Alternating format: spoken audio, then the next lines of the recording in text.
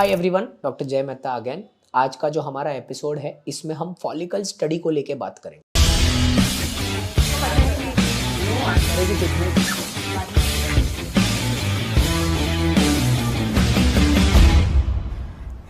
दोस्तों ध्यान रखिए, ये जो फॉलिकल स्टडी है ना, ये बड़ा हिट चीज़ है।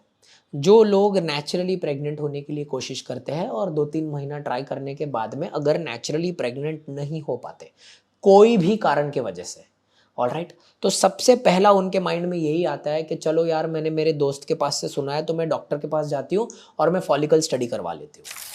फॉलिकल स्टडी में भी पब्लिक का ये रहता है कि फॉलिकल स्टडी मान के चलिए मेरे घर के नज़दीक होती है कोई जगह पे, तो मुझे वो घर के नज़दीक होने वाली फॉलिकल स्टडी ही करवानी है, मुझे और ज़्यादा ये चीज़ को लेके मेरा दिमाग नहीं चलाना है।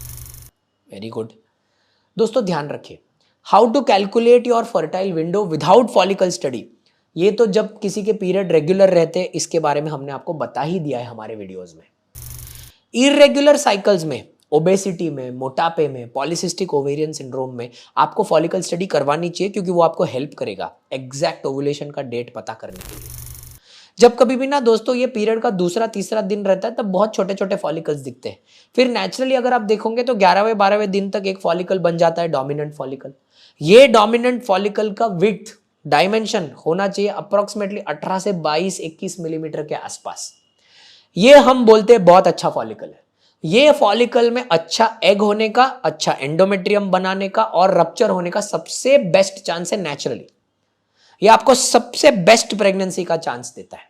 ठीक है, ये आपको पता चलता है आपकी फॉलिकल स्टडी करने के बाद में, मतलब फॉलिकल स्टडी करने के दौरान आपके डॉक्टर आपको ये चीज बताएंगे। बहुत बार ये देख के डॉक्टर बोलेंगे काम कर भाई, नेचुरली ट्राई कर, या मैं तुझे वो रप्चर होने के लिए एक इंजेक्शन देता हूं। पर जब आप कोई सुपर स्पेशलाइज्ड सेंटर के पास जाओगे तो वो सेंटर आपका थोड़ा और करेगा यही फॉलिकल स्टडी। उसमें वो आपको बताएगा कि ब्लड कैसे फ्लो हो रहा है, उसमें ये फॉलिकल का एक 3D इमेज लेके मिलेगा। ये जो ब्लड फ्लो होता है ना, उसका एक कैलकुलेशन होता है, peak systolic velocity, resistance index, ये सब कैलकुलेशंस है। एज अ पेशेंट आपको ये ध्यान में रखने की जरूरत नहीं है। ये कैलकुलेशंस अगर कोई ठीक से करके देता है, जो ज्यादातर करके कोई एक्सपर्ट सेंटर्स आपको करके देते हैं, तो आपका वो फॉलिकल मेट्रिक का एक्यूरेसी बढ़ जाता है।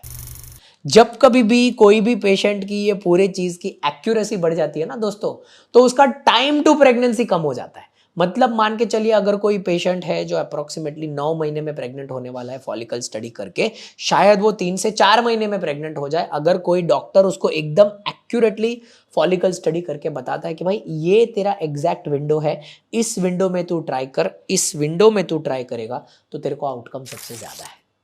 पर दोस्तों और एक चीज ध्यान रखना है, ये सब करने के साथ में ध्यान रखना है कि मेल पार्टनर्स के भी रिपोर्ट नॉर्मल होवे, फीमेल पार्टनर्स के भी रिपोर्ट नॉर्मल होवे और फेलोपियन ट्यूब्स नॉर्मल होवे, क्योंकि फेलोपियन ट्यूब्स का नॉर्मल होना पेशेंट्स के लिए बहुत इंपॉर्टेंट है नेचुरली कंसीव करने के लिए। हर पेशेंट को फॉलिकल स्टडी करने की जरूरत नहीं, पर जिसमें जरूरत है उन लोगों को फॉलिकल स्टडी जरूर करनी चाहिए। Okay, thank you so much.